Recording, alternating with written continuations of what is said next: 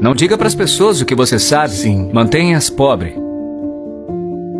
Meu pai era chefe de educação, PhD, essas coisas. Eu fui para casa e perguntei, por que a gente não aprende sobre dinheiro na escola? Ele me olhou e disse, porque o governo não deseja nos ensinar essa matéria. O governo nos diz o que podemos e o que não podemos ensinar. Aquilo me soou estranho e eu falei, peraí. E aí eu falei, a gente não vai na escola para aprender sobre dinheiro? Ele falou, não, seu trabalho é conseguir um emprego. Então eu falei, mas a gente consegue um trabalho para ganhar dinheiro. E ele, não, só tem que conseguir um trabalho. E eu, não. O propósito de trabalhar não é ganhar dinheiro? E ele respondeu, é. Eu perguntei, por que a gente não aprende sobre dinheiro então e pula a parte do trabalho? Ele virou frustrado e falou, se você quer aprender sobre dinheiro, por que você não pergunta para o pai do seu melhor amigo sobre dinheiro? Era sobre o pai do Mike. Mas por que ele? Ele falou, porque o pai do Mike é um empreendedor. Mas o que o senhor é então? E ele, eu sou empregado do governo. E eu, qual a diferença? Ele falou, a diferença é que o empreendedor tem que saber sobre dinheiro, ou então não vai ser mais um empreendedor. E diz que o empregado não tem que saber nada sobre dinheiro, porque o governo e a empresa é que vão cuidar dele. Eu, que era criança, fiquei meio confuso. Aí eu só segui o conselho dele. Fui até o escritório do pai do Mike, bati na porta e falei, tô aqui, tenho 9 anos e quero saber sobre dinheiro. Ele só virou e falou, vai embora. E é assim que começou a história do pai rico, pai pobre. E aí, de tanto insistir, meu pai rico acabou concordando em me ensinar sobre dinheiro com uma condição.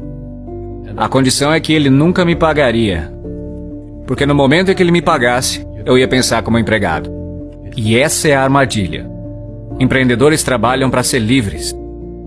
E aquilo, no alto dos meus 9 anos, deu um bug na minha cabeça. Ele falou, nunca queira uma folha de cheque, meu filho, entendeu? Ok, entendi. Ele virou e falou, como é que eu ganho dinheiro? Empreendedor pensa bem assim. Então, como que eu aprendo a ganhar dinheiro? Foi aí que ele me mostrou o jogo de tabuleiro Monopoly. Então, ele tinha hotéis, e aí eu fazia as coisas lá pra ele, limpava o chão, pegava bituca, coisinhas pequenas, sabe? E quando eu fiquei mais velho, eu comecei a trabalhar no escritório, no marketing, na contabilidade. Eu era basicamente um aprendiz, mas sempre trabalhando de graça. E aí a maneira como ele me ensinava sobre dinheiro era jogando Monopoly. Até que um dia eu fiquei de saco cheio, virei e falei, quando você vai me ensinar sobre dinheiro? O que você acha que a gente tá fazendo? Eu falei, jogando Monopoly. E ele, não. O que nós estamos fazendo? Jogando Monopoly. O que nós estamos fazendo? Então não sei. E ele, tô te ensinando sobre dinheiro. Por exemplo, você tá aprendendo como ter uma casa verde. Então ele falou, tem muitas fórmulas para se ter o sucesso com dinheiro. Tem milhares delas. Mas uma das melhores é jogando Monopoly. E ainda é. 4 casas verdes, um hotel vermelho. Falei, o quê? Ele disse, uma das melhores formas de se adquirir grandes riquezas é jogar o Monopoly na vida real. A cada 4 casas verdes, um hotel vermelho. Eu falei, é isso mesmo? E ele, é isso. Ele perguntou, o que você acha que eu tô fazendo aqui? E eu, não sei. Então ele me levou pra fora e mostrou sua casa verde. E aí passaram 10 anos, eu já tinha 19, estava numa escola em Nova York. Foi quando eu voltei pro Havaí, meu pai rico já tinha comprado um pedaço de terra maior do que a metade da praia do Waikiki. E ainda hoje, quando você vai à praia de Waikiki, você vê lá o hotel Hyatt Regency. Esse hotel é dele. Assim como no jogo Monopoly. Assim como no Monopoly. Adquiriram os ativos e tornaram eles maiores. Ele apenas manteve o que hoje chamam de assembleia, porque a propriedade não era tão grande naquela hora. Então ele teve que comprar todos os comércios menores. Porque Waikiki era um vilarejo pequeno. Então ele foi lá, comprou um comércio, depois comprou outro. Demorou algum tempo, mas finalmente ele montou esse pedação de propriedade. E depois ele montou o Hyatt, que agora é um hotel gigante. E que depois ele vendeu por 800 milhões de dólares. Então, foi dessa maneira que eu aprendi sobre dinheiro.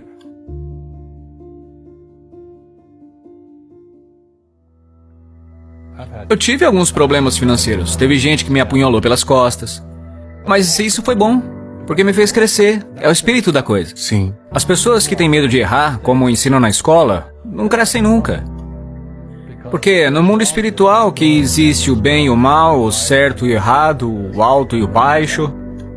E as pessoas só querem estar certas, ser positivas. E na realidade não é sempre assim. Eu não era de uma família muito pobre pelos padrões da época. Mas eu era de uma família que tinha uma atitude pobre. Como assim? Porque rico, pobre, classe média, a pobreza começa com uma atitude fundamental. A pobreza é um negócio que se transmite, que se ensina às famílias. E a classe média é ensinada nas famílias. E para as pessoas que agora mesmo estão sentadas em casa, estão com problemas financeiros porque ganham pouco, ou infelizes porque mesmo que ganham muito estão fazendo o que não gostam. Talvez ela aprendeu assim. Talvez o senso comum ensinou assim. Trabalhe duro para ter alguma coisa, ou que os ricos não são pessoas boas, essas coisas. O sistema escolar não quer te ensinar sobre dinheiro, porque o sistema escolar foi planejado para te ensinar a ser empregado. O que é importante, para ter um médico, um advogado, um especialista, mas não sobre dinheiro. A maioria das pessoas carece de conhecimentos reais sobre negócios, como contabilidade, como dívidas ou impostos. Você tem que saber sobre essas coisas, mas na escola, ninguém ensina. Então, quando as pessoas me perguntam como que seu pai rico aprendeu isso? E seu pai pobre, que era estudado, não. E a resposta é muito simples, é porque o pai do meu pai rico morreu quando ele tinha 13 anos. E aí ele se viu com 13 anos tendo que tocar os negócios da família. E para ele ter que deixar a escola por isso, foi uma bênção. Às vezes a bênção vem assim. No começo pode parecer algo de muito ruim, mas depois se torna uma bênção. E logo, seus professores se tornaram seu tesoureiro, seu contador, seu advogado, seu banqueiro, seus agentes imobiliários. Então ele teve o que eu chamo de professores de verdade, não falsos professores de escola. A maioria dos professores na escola não seguem a ética. Ensinam matérias que, na verdade, eles não praticam. Uma vez eu perguntei para um professor, falei, professor, estou no meu 3º ano de cálculo e esse negócio de força dos materiais. Será que eu vou usar isso algum dia na vida? Ele virou e falou, não. Entendeu? Então, por que você ensina? Ele falou, porque me pagam. Mas você já usou alguma vez? Não. Então, se eu posso dar um conselho para as pessoas, o que eu quero dizer é, busque professores de verdade mesmo, e não professores de mentira. E um professor falso é aquele que não faz o que ensina.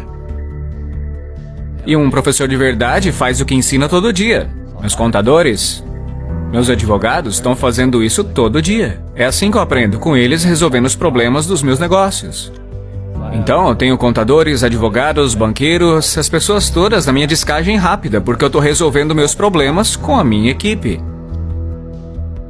Tô vendo que você dá essa informação e os ricos ficam encolhidos e dizem não conte a eles, Robert. Isso. Não diga para as pessoas o que você sabe. Mantenha os pobres. Então, isso aí é antigo, né? Eu não sou religioso, mas a Bíblia fala, vocês terão pobres por perto sempre.